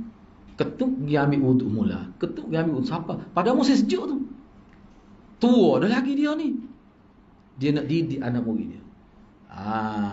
Waktu saya ingat sama ni, untuk guru saya Maulana masa duduk ngaji, kita puasa dia tak ya. Aduk mata anak masuk tu tubik jeruk, rupanya dia batal wudu, ambil wudu lalu. Tradisi ulama gitu. Tradisi ulama gitu. Itu ni lah. Dalam ni disebut dianjurkan solat berjumpa dengan orang-orang soleh. Salah satu sifat solehnya dah banyak hidup dia dalam keadaan berwudu. Bukan wajib, sunat ya, tapi besar tu. Itu tradisi. Tradisi ulama kan. Baik, yang keempat diharamkan mendukung kebatilan, maksiat, kesesatan, kekufuran dan juga yang lain. Diharamkan. Jadi apa maksud dia ni? Sini saya pun ada catat ni. Maknanya orang yang ada kuasa, ni ada dalam kitab pun. Orang ada kuasa sekat, dia tidak sekat. Itu dikira bersekongkol. Ada kuasa, kita ni tak ada kuasa. Masyarakat ada tepik ala kuliah gini lah kita nak. Tiba-tiba tepik tarik tauliah. Moga dalam kuliah ni. Boleh tarik tauliah. Hak kuasa, tengok ada kuasa. Tauliah pun tak tarik. Biar gitu. Berak-berak perlu saya tengok pedih pula sama Allah. Siapa gini mau lah. Nak suruh anak tu jadi dengar kata. Nak jadi cerdik anak tu nak. Ambil air wuduk, tak ada air wuduk tu. Tapi jangan kau mak ngayah tak boleh ni untuk anak saja. Oh besok tahu ketemu. Ambil air wuduk tu. Ajar siapa tu? Biarlah nak sebut lah. Biar kena sebut. Ikut dia jadi warna pun. Saya kritik benda ni. Orang yang berjawab dalam bab agama kata mana? Kita tak boleh bertindak sebab dia tak kata. Nabi kata. Fikir diri lah agama. Orang yang ada kuasa boleh cash lagu tu. Saya tak boleh nak itu. Saya PM baru dia. Kata ni kalau lagu ni cara mikir sesak masyarakat ni. Clash pula dengan kita. Jadi tegas pula. Selagi dia tak kata Nabi kata biar ke dia lah, biar ke dia kata. Rosak lagu tu. Hak dia bercakap tu yang boleh bertindak berdasar pada undang-undang. Tu berat ni. Maknanya Ana nak sebut tu kan. Mana kalau dia tidak bertaubat daripada tindakan dia tu, kita akan tuntut di mahkamah Allah. Ni orang ni jadi sesat masyarakat. Kita serius dalam bab ni, memang kita sebut tu sebab kita yalah sedih lah. Sedih. Kenapa dibiarkan begitu? Ni serambi Mekah ni. Nah. Yang kelima, penjelasan tentang bahayanya orang munafik. Orang munafik ni bahaya. Okey, yang keenam, wajib waspada terhadap orang munafik. Orang munafik ni dalam huraian dia ada dalam bab politik. Dia boleh masuklah ke dalam bab politik, dalam bab perniagaan, dia boleh bermunafik dalam jadi orang alim, jadi orang baik. Semua dia masuk dalam apa saja. Dia ada orang munafik. Tu bahaya tu. Tu. Dia mari dengar kuliah kita, bukan nak itu. Dia munafik. Dia nak report. Ada pernah tu dia tanya saya. Kita duk mengajar tajuk lain, dia tanya tajuk lain. Saya kata ginilah, tajuk tu tak berkenaan dengan perbincangan kita. Rujuk dalam internet. Orang kata, ustaz takut orang nak jawab. Dia tanya, "Dok," saya kata saya tidak takut. Cuma saya tak mau jawab. Dia kata, "Apa ustaz jawab?" Sebabnya jawapan tu budak kecil pun tahu dah. Saya kata, dia marah. Akhirnya saya kata gini, klik tanya bini awak. Kalau dia tak tahu, dia tanya saya balik. Kita kata gitu. Sebab kita nampak dah. Kita nampak dah pesen tanya. Kita bilang, kata jawab manusia ni gitu. Dia nak suruh keluar mulut kita kata. Kalau keluar mulut kita, dia boleh guna. Kadang ada mana. Sebab tu saya kata, munafik dia ada dalam semua peringkat. Tak kira mana pun. Kalau yang munafik tu bini kita sendiri, na'udzubillah, berat benar lah kita. Kalau yang munafik tu suami kita sendiri, dia boleh rasa. Ni sangat bahaya munafik. Sebab itulah, kalau kita perhatikan, dalam surah Baqarah tu, 5 ayat pertama, muka surat pertama tu, 5 ayat. 4 ayat. Ayat 2, 3, 4, 5 tu bicara tentang ayat 2 tu bicara tentang orang Islam. 4 ayat bicara tentang orang kafir. Berapa ayat? 13 ayat bicara tentang orang munafik. Hak bicara tentang orang Islam 2 ayat. 4 ayat bicara orang kafir 2 ayat. Cuba tengok semula. Tapi bicara tentang orang munafik 13 ayat. Jadi Wahbah Zahiri dia bincang kenapa begitu. Dan dalam kitab lain pun sebut, ini isyarat daripada Allah bahawa munafik i'tiqadi lebih bahaya daripada orang kafir biasa. Munafik i'tiqadi ni maknanya munafik hak kafir. Dipanggil munafik i'tiqadi. Ada juga munafik hak tidak i'tiqadi, orang Islam munafik. Hak Nabi kata alamatul munafik tu salah satu. Apa dia? Idza tumina khana, bila diberi amanah, mula-mula sekali idza takallama kadzaba, bila bercakap bohong. Wa idza tumina khana wa idza ikhtasama fajara, Nabi kata. Bila bercakap bohong. Dia tak bohong ni masa tak bercakap ya. Bila bercakap dia bohong. Bila diberi idza tumina khana, bila diberi amanah dia khianat. Wa idza ikhtasama fajara, bila dia berbantah balah melampaui batas. Bayangkan isu jarak sah ni, kau boleh tuduh Yahudi. Isu penjarak sah ni. Isu tu siapa tuduh ni ustaz cari makan.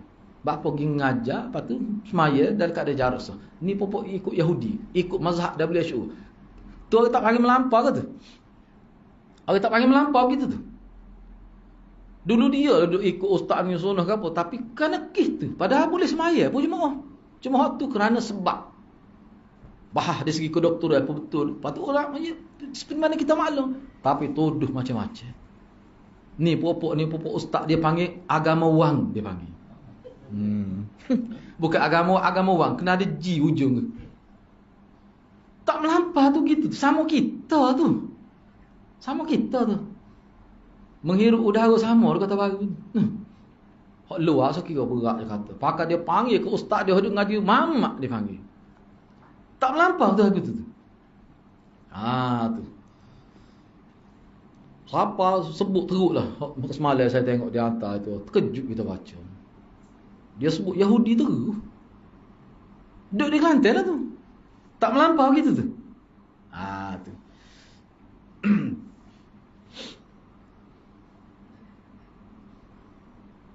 Keutamaan masjid, wajib waspada. Keutamaan Masjid Quba menetapkan sifat mahabbah, cinta pada Allah yang sesuai dengannya. Bahkan cinta kepada Allah ini, dia gini, salah satu pembahagian syirik Dalam ni dia tidak buat pembahagian tu. Tapi dalam kitab lain, salah satu dalam pembahagian syirik besar, syirik akbar ni dia panggil syirik mahabbah. Ni syirik mahabbah dia panggil. Syirik mahabbah ni mana dia letak cinta dia tu kepada yang lain setara dengan cinta kepada Allah. Kan Nabi pernah tanya Sayyidina Umar, siapa yang kamu paling cintai? Nabi kata, aku lah. Saya cinta pada diri saya, kemudian Allah. Nabi kata tak betul tu. Sayyidina Umar pun betul balik. Yang paling saya cinta adalah Allah, kemudian diri saya. Lepas tu dia sebutlah keluarga dia. Nabi kata baru betul. Apa maksud? Ulama bincang tu. Maknanya cinta yang dimaksudkan di situ ialah kita sanggup korban ke yang lain, tapi kita tidak akan sanggup korban agama Allah. Mana kalau kehendak kita bercanggah dengan kehendak agama, kita sanggup korban kehendak kita. Tu baru makna taat yang sebenar.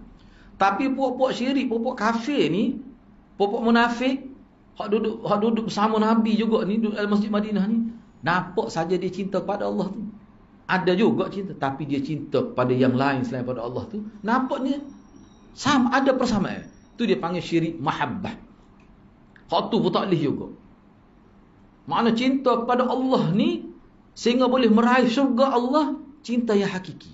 Seperti mana Nabi ajar Sayyidina Umar. Makna kalau bertentangan kehendak kita dengan kehendak agama, kena korban kehendak kita. Kita kena pegang hak agama. Biarlah rosak kehendak kita pun tak apa. Sahabat Nabi sanggup tetap ayah diri dalam peperangan Badar, sehingga Allah puji dalam Quran. Mana ada orang sanggup perang ayah dia kerana agama, bukan kerana berebut saka, dah. Kerana agama. Itu ya. Begitulah hadirin. Yang kesembilan, anjuran untuk menyempurnakan wuduk dan bersuci dari najis, sehingga dipuji dalam Quran. Yang ke-10, niat berpengaruh terhadap berpengaruh dalam tempat ni, maksudnya begini, walaupun kita niat baik, tapi kalau tempat tu tidak baik, dia boleh memberi kesan buruk kepada kita walaupun niat tu molek. Jadi di sini sebenarnya Allah SWT dan Nabi memberi peringatan kepada kita, tempat-tempat yang boleh merosakkan akidah manusia perlu dijaga. Mana tempat yang boleh rosak akidah? Bukan kedai kopi, kubur. Kubur sejarah sudah bukti kan macam mana orang sesat dengan kubur ni dia sesat. Ginilah mudah klik tengok dalam internet, taik ni, kena ingat taik ni. Bercakap dengan orang mati di kubur. Cuba taik tu tubik gambar siapa? Cuba taik. Pergi kat Google taik tu tubik. Bahasa Melayu kita. Duduk gini tokak kubur kecil. Minggu depan saya nak nikah anak saya. Dia royak ketuk guru dia ada kubur tu. Ya kalau orang lagu ni tempat kita pergi tak dicapai pak tu di baik 12. Anak murid ramai satu sekolah pergi, sekolah tahfiz. Keyakinan apa tu? Dia yakin tok guru dia tu lebih hidup. Bila dia masuk dalam kubur lebih hidup daripada semasa hidup muka dunia. Sebab tu dia boleh cakap. Lepas tu dia ayat lepas nikah anak ni, saya nak pergi buat umrah. Ustaz tok guru dia ayat pada tok guru dia. Lepas tu dia ketawa. Mana soalan tok guru dia jawab. Dia dengar, anak murid tak dengar. Kalau siapa tahap ni nak buat payah kat lah tu. Siapa tahap tu. Maknanya kubur ni satu tempat yang perlu dijaga. Sebab tu ramai orang sesak situ. Ni pengajaran kita dah ambil. Sebab tu Nabi tak benar. Nabi tak benar. Cabai pak dia tak tahu sih kalau pergi kedai kopi tak apa tu, tak ada orang sesak kedai kopi. Tapi kubur ni bahaya. Bukan zaman Nabi, sebelum tu lagi. Zaman dulu, zaman umat dulu lagi kubur ni jadi tempat sesak manusia. Sebab itulah Syekh Dr. Profesor Dr. Nasir Al-Junai'i bincang bab kubur dalam kitab Tabarruk itu. Itulah penting kitab tu. Okay, saya setakat itulah dulu untuk dalil yang kedua hadis tu kita bincang dalam sesi akan datang. Saya setakat itulah dulu. Mudah-mudahan Allah berkati kita semua. Assalamualaikum warahmatullahi wabarakatuh. Habis 5 minit Ustaz. Sambung sikit mengenai Ustaz sebut tadi. Boleh silakan. Berkenaan dengan perang Badar tadi. Hanya Rasulullah ambil keputusan untuk terima tebusan, sedangkan ayat Quran yang lain dalam ayat Quran itu lebih mendapati pendapat Sayyidina Umar. Jadi macam mana sebenarnya nak jawab, adakah ada percengahan ke?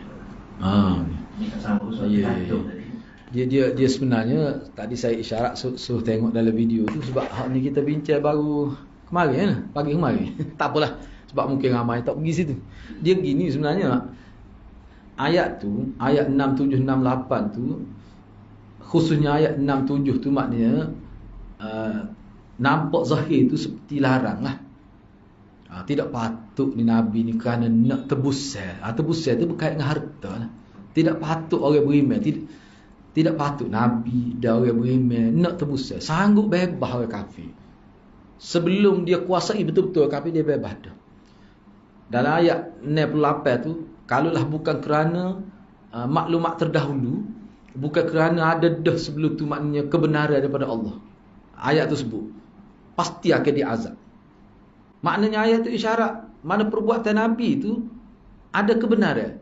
Cumanya ayat tu tak turun lagi. Ayat yang menunjukkan kebenaran boleh bebas. Dia punya tebusan tu duduk pada ayat 70. Ayat 7, 8, ayat 70. Maknanya dua ayat selepas tu, satu ayat lepas tu. Ayat 70 tu membenarkan dibebas ketebusan. Okay, cuba buka suratul Anfal. Kalau nak tengok, moga ada telefon belakang, you know?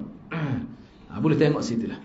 Kalau nak ringkas boleh urut semua. Jadi begini ringkasnya. Maknanya dalam ayat 70 tu, sebab ayat 7, 8, dia macam ada isyarat kata tak patut. Tapi kalau bukanlah kerana ada kebenaran dari sisi Allah yang mendahului keputusan Nabi tu, bebas tu sudah ada dah keputusan Allah bahawa boleh. Kalau bukan kerana tu, pasti Allah akan azab. Padahal ulama kata tak ada lagi ayat yang menyebutkan boleh tu. Rupanya ayat tu turun selepas tu, ayat 70. Bui kebenaran.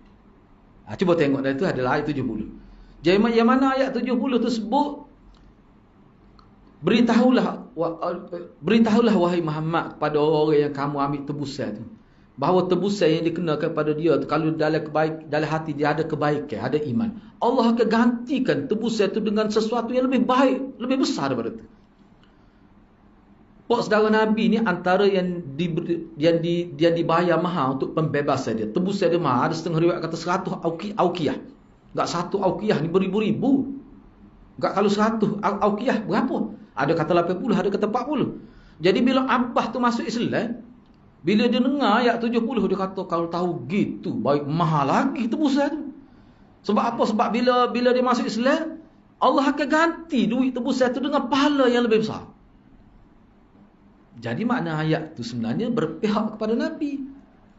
Makna Nabi membebaskan tawanan perang tu sebenarnya memang hukum boleh tu sudah ada dah. Cuma ayat tak turun lagi. Ayat turun pada ayat 70. Jadi kalau kita lihat, sebab tu Maulana dalam nota dia buat mari 5, tak silapnya 5, bahawa sebenarnya tidak bercanggah. Sebab ada pendapat yang mengatakan bahawa Nabi dengan sahabat berijtihad untuk membebaskan tawanan perang. Tiba-tiba bercanggah ijtihad Nabi dengan ayat 7, 8. Jadi tak ada riwayat kata Nabi membatalkan dia punya ijtihad dia. Maka ada yang buat kesimpulan ijtihad Nabi tidak terbatal walaupun bercanggah dengan Quran. Besar tu kenyataan tu. Salah tu. Padahal tak bercanggah pun. Jangan kita lihat ayat 7, 8 saja. Apa tak tengok ayat 70 tu? Di situ dia banyak huraian. Cuma saya nak sebutnya poin yang keempat yang disebut dalam nota tu. Ni antara pendapat yang bagus lah. Sebenarnya Allah tegur tu, tak ingat ayat tu lah, mana ayat tu? Surah Anfal, cuba tengoklah ayat 67. Saya baca sini sebab Anfal tu dia berkait dengan peperangan ni. Ayat 67 cuba tengok. Ayat 67. Okey, cuba buka tengok Quran masing-masing lah baru lebih nampak. Okey, 67. Maka nali nabiyin. Cuba tengok ayat, jumpa. Maka nali nabiyin an yakuna lahu asra hatta yuthkhina fil ard turiduna aradad dunya wallahu yuridul akhirah wallahu azizun hakim. Itu ayat 70, 67. 68. Laula kitabun minallahi sabaqa lamassakum fima akhadhtum azabun azim. Ayat 70 kita tengok selepas. Ayat itu dulu. Ayat ni lah yang dikatakan bercanggah dengan pendapat Nabi bebas tawanan perang kemudian dengan cara bayar tebusan. Cuba tengok ayat ni. Makana tu mana la yang bari. Makana tu mana la yang bari. Tak sepatutnya bagi Nabi. Hak dia ada tawanan perang. Dia bebaskan sehingga dia perkukuhkan kekuatan Islam dengan bunuh semuanya pokok kafir di muka dunia. Ini bila bebas. Kalau bunuhlah, biar kafir baru dia terasa lemah sungguh. Tiba-tiba bebas. Hak bebas pula pala-pala tu. Tu. Cuba perhati ayat ni. Turiduna aradad dunya wallahu Jadi bebas tawanan perai dengan diambil tebusan. Tebusan tu duit tu, harta. Bapa buat gitu tu. Turiduna, mereka mahu aradad dunya, mata benda dunia. Wallahu yuridul sedangkan Allah naknya pahala di hari akhirat untuk orang Islam. Tapi nya duk nak ke harta tu gak kalau terjemah ke Kelantan. Jolo kan Nabi nak harta. Tu kita bincang selepas ni. Wallahu azizun hakim, dan Allah Tuhan yang maha gagah perkasa, maha mulia gagah perkasa lagi maha bijaksana. Tu ayat 67.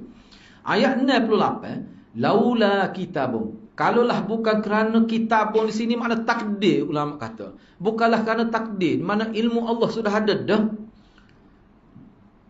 Kalaulah bukan kerana ketentuan daripada Allah, telah ada dah, sabaqah telah ada dah. Lamassakum fima akhadtum. Pasti lamassa azabun tu dijadi fa'il pada masa tu kalau ngaji bahasa Arab lah. Jadi saya terjemah ni berdasar pada uslub Melayu. Pasti azab yang besar akan menimpa mereka fima akhadtum, berkait dengan tebusan yang kamu ambil. Kayak berat tu ayat tu nampak tu. Seolah-olah ambil tebusan tu jadi punca pada azab. Tapi Allah tak kena azab juga. Sebab apa? Sebab telah berlalu dalam ilmu Allah bahawa Allah akan beri kebenaran. Padahal tak turun lagi ayat beri kebenaran. Ayat kebenaran ada mana? Ayat 70. Dan ulama kata ayat 70 memang turun selepas ayat tu lah. Jadi ayat 70, cuba tengok ayat 70. Ya ayyuhan nabi, kulli ma fi aydikum minal asra, in ya'lamillahu fi qulubikum khaira, yu'tikum khairan mimma ukhidha minkum, wa yaghfir lakum dhunubakum, wa yaghfir lakum, wallahu ghafurur rahim. Ya ayyuhan nabi, ni ayat 70 ni. Turun selepas ayat tadi. Wahai nabi, kul, katakanlah, sebutkanlah oleh engkau liman kepada orang yang fi aidikum minal asra. Fi aidikum minal asra ni makna tawanan perang. Dia dalam bahasa Arab ni, kalau kita nak terjemah kalimah dia betul, dia jadi makna lain lah. Sebab kita lah, beringat sikit dia tu tangan panjang tu, kita tengok nampak lebih kurang kita tangan dia tu. Oh, sakit kepala ke bahagian gitu. Hak ni pun gitulah juga. Dia panggil ke dia macam kias lah. Apa dia panggil, gitulah. Oh, dia ni bawa mulut pergi mana-mana, duk bawa mulut ni. Kita kata memang orang bawa mulut, tak ada orang tinggal rumah. Oh, pahal lagu tu tak nak kecek sakit kepala tu kau jenis betul pasal adik gitu. Jadi saya terima mudah kalau nak urang panjang lah, fi aidikum min asra, mana wahai nabi, katalah kepada orang yang mana mereka jadi tawanan perang kamu. Kalau Allah tahu, kalau Allah tak tahu sebut kalau ni. Kena faham lah bahasa tu. Kalau Allah tahu dalam hati kamu ada kebaikan, yu'tikum khairan mimma ukhidha minkum, pasti Allah akan bagi bayar kita kata pahala lebih besar daripada tebusan yang diambil daripada kamu. Dan Allah akan ampunkan kamu. Dan Allah tu memang Tuhan Maha Pengampun lagi mengasihani. Ayat ni bermaksud mana orang-orang kafir yang diambil tebusan ni tak serusing lah, dia tak rugi pun. Sebab kalau ada kebaikan, ulama kata khairah. Ni contoh, kalau dalam Bukhari pun khairah sini mana iman. Khairah dengan mana iman. Kalau ada kebaikan dalam hati kamu, mana iman, mana selepas tu masuk Islam, tidak sia-sia tu duit kamu, keluarga kamu guna untuk tebuh kamu berjumlah 100 awqiyah tu, tak sia-sia. Allah akan bagi ganjaran pahala melebihi daripada duit tu. Bila Abah dengar gitu, dia kata rugi. Kalau bayar mahal lagi pun tak apa, masa nak tebuh kita. Sebab Tuhan akan bayar lebih daripada tu. Makna kalau 100 awqiyah berkali Allah bayar pahala 1000 awqiyah berkali. Sebab apa? Sebab dia ada khair. Khair ni mana masuk Islam tu lah. Memang Abah masuk Islam. Jadi hak mana-mana masuk Islam tu tak rugi dia bayar tebusan tu. Sebab Allah akan ganti di hari akhirat dengan pahala. Hak tu maksud Allah. Allah nak pahala di hari akhirat. Ayat 97 tu, wallahu yuridul akhirah. Baik, sekarang ni timbul satu isu. Jadi hak Allah kata turiduna aradad dunya tu apa maksud? Untuk siapa ayat tu? Hak inilah ulama kata ayat ni merupakan tarbiyah direct Allah kepada di kalangan sahabat tu. Ada yang rasa kalau kita bebas tebusan perang, bebas tebus tawanan ni, dengan bayar tebusan boleh duit kita tarik ni. Tu maknanya kerana nak dunia. Maknanya di sini hadirat, Nabi jaga generasi awal Islam. Dalam agama ni buat keputusan agama, jangan lihat pada harta. Oh, ikhlas sungguh tu cara sahabat tu, sehingga bila ada sikit ya dunia, Allah tegur selalu direct. Makna Allah direct tegur sahabat. Jadi maknanya ayat ni kalau kita duk bincang ni, dia melibatkan 3 pihak. Pihak mana? Pihak Nabi. Pihak Nabi ni mana Sayyidina Abu Bakar. Pihak yang kata molek kita bebas dengan bayar tebusan. Ni satu puak. Puak yang kedua, puak Sayyidina Umar. Hak kata kita potong, kita bunuh semuanya. Siapa Sayyidina Umar kata cara bunuh tu gini. Wayak ni cara bunuh Sayyidina Umar. Kita suruh keluarga masing-masing bunuh. Hak tawanan perang ni, kalau ada keluarga dia hak terlibat tawanan perang, keluarga dia kena bunuh. Dia sendiri yang pancung. Kan berat tu. Nak uji keimanan lah tu. Ni kelompok yang kedua. Kelompok yang ketiga, kelompok yang mana dalam hati dia menyokong supaya dibebaskan tawannya dengan bayar tebusan kerana nak tebusan tu. Nak duit tu. Sebab tu saya perjelaskan dalam masa huraian tu bahawa sahabat Nabi ni moga dia orang susah. Sahabat Nabi ni hadirat, dia jadi tentera ni tak ada gaji. Nak mencukupkan keperluan hidup tu dengan cara bekerja. Tiba-tiba sampai waktu pergi perang. Sebab tu sahabat Nabi kata kita ni boleh hidup mewah sikit. Bila perang ada harta ni mah bolehlah makan sedap sikit. Tu sahabat Nabi. Bukan gaji berjuta-juta. Boleh pencen 90,000 dah. Tidak tu hadirat. Sahabat Nabi ni tidak gitu. Jadi kalau mesti mari kalau kita tertik baik kita bebas boleh biti. Allah tegur tu. Maknanya sahabat ni satu generasi yang paling penting pada umat ni. Rosak generasi ni, rosaklah umat. Sebab tu Allah jaga sangat tu. Sebab tu ulama kata kalau Nabi maksum, sahabat Nabi ni hifzullah. Allah jaga. Tu Allah jaga tu. Akhir sekali bila kena ayat ni sahabat betul mulanya. Oh tak boleh. Walaupun kita terima pandangan Sayyidina Abu Bakar, tapi jangan kerana nampak tebusan tu. Memang tebusan tu Nabi bui kepada sahabat. Dia termasuk ghanimah lagi tu. Memang sahabat boleh. Tapi jangan duduk situ. Janganlah keperluan dunia menyebabkan kita terikat hati dengan dunia. Itu pendidikan tu. Tak panggil tasawuf lagi kau gitu tu. Lebih pada tasawuf tu. Agak-agak kalau kita duduk di sahabat. Kalau anak sokong, molek bebas lah apa baik tu. Kita dapat dah berapa peratus oleh kita tu. Allah tegur tu. Bukan Allah tegur Nabi. Tak mungkin Nabi ni gila dunia, nak dunia. Tak mungkin. Saya nak bakar gitu. Padahal saya nak bakar habis harta bila dia meninggal. Dia tak ada harta. Dia kena faham. Jadi Allah tegur ni tegur ada dengan sahabat. Nabi pun tak tahu sahabat ada maksud dalam hati begitu. Kan kalau kita faham gitu, ayat pun tak bercanggah. Jadi nampak kebesaran sahabat tu. Tengok tu silap sikit pada dalam hati baru tu. Allah tegur selalu. Gak generasi ni kita tak percaya lagi. Generasi hak gini. Pasti generasi mana lagi kita nak percaya. Kalau kita tengok dari sudut tu kenapa betapa tingginya kedudukan sahabat dalam konteks agama. Sebab tu dia layak hamalatul Quran wa hamalatul ahadith. Sebab tu dia layak bawa Quran ke seluruh dunia. Layak bawa hadis ke seluruh dunia. Lagu tu jiwa dia. Gitu maksud dia. Gitulah. Mudah-mudahan boleh faham lah.